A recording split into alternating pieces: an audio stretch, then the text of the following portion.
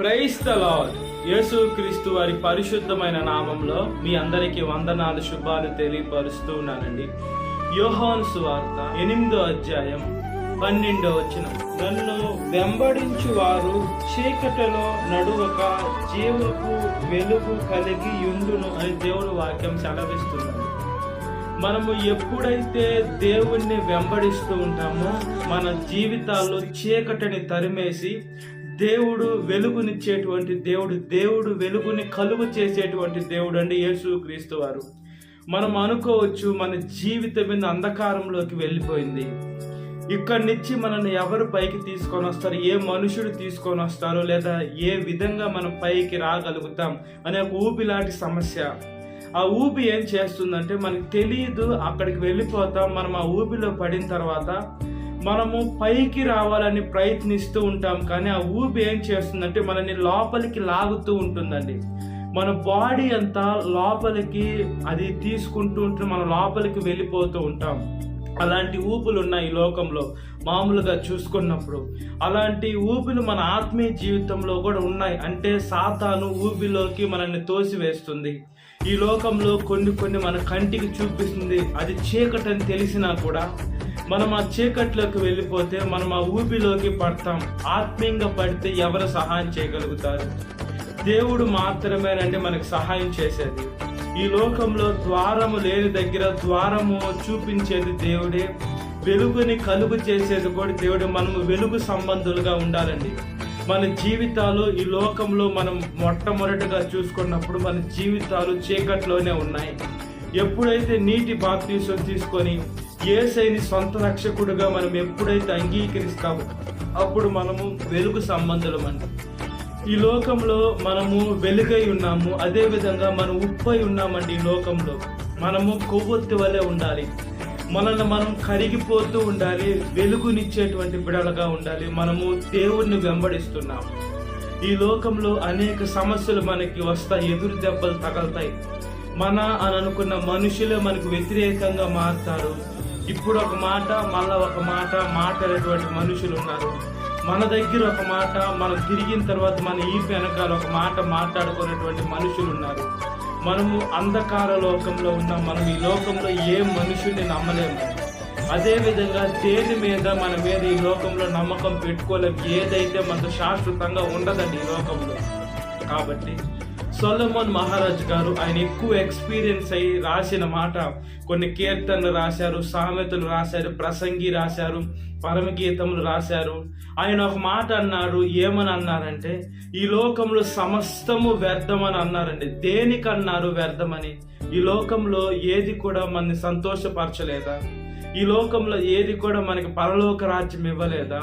ఈ లోకంలో ఏది కూడా మనతో శాశ్వతంగా ఉండలేదని మనం చూసుకున్నప్పుడు మన శరీరం కూడా మనతో శాశ్వతంగా తండ్రి దగ్గరికి రాదండి. ఈ శరీరము భూమిలో నుంచి తీయబడింది కాబట్టి భూమిలోకే వెళ్ళిపోవాలి. ఈ ఎముకలు కానీ ఈ మాంసం కానీ భూమిలో నుంచే తీయబడింది కాబట్టి భూమిలోకే వెళ్ళిపోవాలి. ఈ ఆత్మ ఎవరిచ్చారు? దేవుడు ఆయన కడుపులో నుంచి మన నోట్లో, మన ముక్కులో దేవుడు నోట్లో నుంచి జీవాత్మను ఎప్పుడైతే ఊదారో అప్పుడు మనిషి జీవాత్మ పొందుకున్నారంటే ఈ ఆత్మ ఎవరి దగ్గర నుంచి వచ్చింది? మన దేవుడి దగ్గర నుంచి వచ్చింది కాబట్టి ఆత్మ దేవుడి దగ్గరికి వెళ్ళాలి. శరీరము భూమిలో నుంచి వచ్చింది కాబట్టి శరీరము భూమిలోకే వెళ్ళాలని దేవుడు కరెక్ట్గా నిర్ణయించారండి. కాబట్టి మనం ఈ లోకంలో వెలుగు సంబంధులుగా ఉంటే మనము వెలుగైన దేవుడి దగ్గరికి వెళ్తాం. మనము చీకటి సంబంధులుగా ఉంటే ఆత్మ మనకు దయచేసిన తండ్రి దగ్గరికి ఆత్మ వెళ్ళదని సాతాను దగ్గరికి వెళ్తుంది. దేనికంటే మనం దేవుడి మాట వినలా, మనం దేవుని మార్గంలో జీవించలా, మనము దేవుడి దగ్గరికి అవసరానికి వస్తున్నాము. అవసరం తీరిన తర్వాత దేవుణ్ణి పట్టించుకొని బిడ్డలుగా ఉన్నాము. మనము దేవుని మీద ఆధారపడాలని, ఈ లోకంలో మనుషుల మీద కాదని మనం ఆధారపడతాము. మనం ఎప్పుడైతే దేవుడి మీద ఆధారపడతామో దేవుడు మనకు ఒక మనల్ని మంచి బిడలుగా తీర్చిదిద్దుతారండి. సాతానైతే మనల్ని చెడ్డ బిడలుగా చిత్రీకరిస్తూ ఉంటుంది. మన మనుషులు అనుకున్న మనవారే మనల్ని అలా ఇబ్బంది పెడుతూ ఉంటారు, కన్నీళ్ళకి లోన్ చేస్తుంటారు, మనల్ని అవమానపరుస్తారు, గాయం రేపుతారు. అలాంటి మనుషులు ఉన్నారు. ఈ లోకంలో డబ్బిస్తా మారిపోయేటువంటి మనుషులు ఉన్నారు. ఈ లోకంలో మనుషులు మనసులు ఇప్పుడు ఒక రకంగా ఉంటే మళ్ళీ ఒక రకంగా స్విచ్ అయిపోతూ ఉన్నాయి. కాబట్టి మనం మనుషుల్ని ఆశ్రయించకూడదండి. మనము వెలుగు సంబంధులు అవ్వాలంటే వెలుగైన దేవుడిని ఆశ్రయించాలి. దేవుడు వెలుగు కలుగును గాక అని దేవుడు ఎప్పుడైతే నోటితో పలికాడో వెలుగు కలిగేనని దేవుని వాక్యం సెలవిస్తుంది. మన జీవితాల్లో వెలుగు కలగాలంటే మనం దేవుణ్ణి ఆశ్రయించాలా. మనం ఇంకా చీకట్లోనే ఉండాలంటే మనం ఎవరిని ఆశ్రయించబడలేదండి. మనము సాతాన్ మార్గంలోనే ఉన్నాం. మనం ఇలాగే పాపాలు చేస్తూ పోతే ఖచ్చితంగా నరకంలోకి వెళ్తాం. మనం ఈ లోకంలో నరకంలోకి వచ్చేదానికి కాదు, మనం దేవుడి దగ్గరికి వెళ్ళాలి. ఆత్మ దయచేసిన తండ్రి దగ్గరికి వెళ్ళాలి. కాబట్టి మనం వెలుగు సంబంధులుగా ఈ లోకంలో ఉండినట్లుగా ప్రార్థన. మహాపరిశుద్ధాత్మ దేవ, మా ప్రియ పరలోక తండ్రి, ఒకసారి మా ప్రార్థన దయతో ఆలకించమని అడుగుచున్నామయ్యా.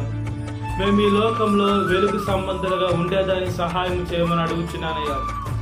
దుష్ట శక్తి అయిన సాతాను ఏం చేస్తుందంటే ఎవరిని మింగాలని చూస్తుందయ్యా, ఎవరిని తక్కాలని చూస్తుందయ్యా, ఎవరిని ఇబ్బంది పెట్టాలని చూస్తుందయ్యా, ఎవరిని సాతానికి లోన్ చేయాలని చూస్తుందయ్యా. దుష్ట శక్తి అయిన సాతానికి అయ్యే పనులు ఉంటాయి.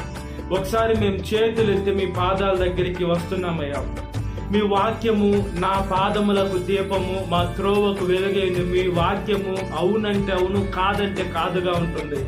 మీ పరిశుద్ధపు గ్రంథంలో అన్నీ ఉన్నాయి. మంచి చేస్తే ఎలా అవుతాము, చెడు చేస్తే ఎలా అవుతామని 2 మార్గాలు కూడా చూపిస్తూ ఉన్నారయ్యా. మీరు మంచి మార్గంలో నడిస్తే మీ దగ్గరికి వస్తారు, చెడు మార్గంలో నడిస్తే సాతాను దగ్గరికి వెళ్తారు. అయితే సాతాను మార్గం ఎలా ఉంటుందంటే విశాలంగా ఉంటుంది, సుఖంగా ఉంటుంది. పోను పోను పోను పాపంలోకి మనం వెళ్ళిపోయి నరకంలోకి వెళ్ళిపోవాలి. దేవా, మీ మార్గం ఎలా ఉంటుందంటే ఇరుకు మార్గంగా ఉంటుంది. కొన్నిసార్లు సమస్యలు, బాధలు, కష్టాలు, ఇబ్బందులు కలిగినా కూడా మేమైతే ఎప్పుడైతే మీ మీద విశ్వాసం కలిగి ఉంటామో యేసయ్య, మాకు ప్రతి ఒక్క సాతాను శోధన జయించేదానికి మీరు మీ శక్తిని ఇస్తున్నారు. మీకు స్తోత్రం చెల్లిస్తున్నానయ్యా.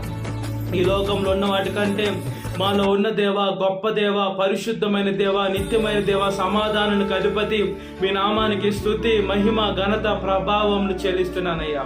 ప్రతి ఒక్క పాపాన్ని తొక్కివేయండి, ప్రతి ఒక్క శోధనని తొక్కివేయండి, ప్రతి ఒక్క అంధకారాన్ని తొక్కివేయండి, ప్రతి ఒక్క రుప్పదలను తీసివేయమని అడుగుచున్నామయ్యా.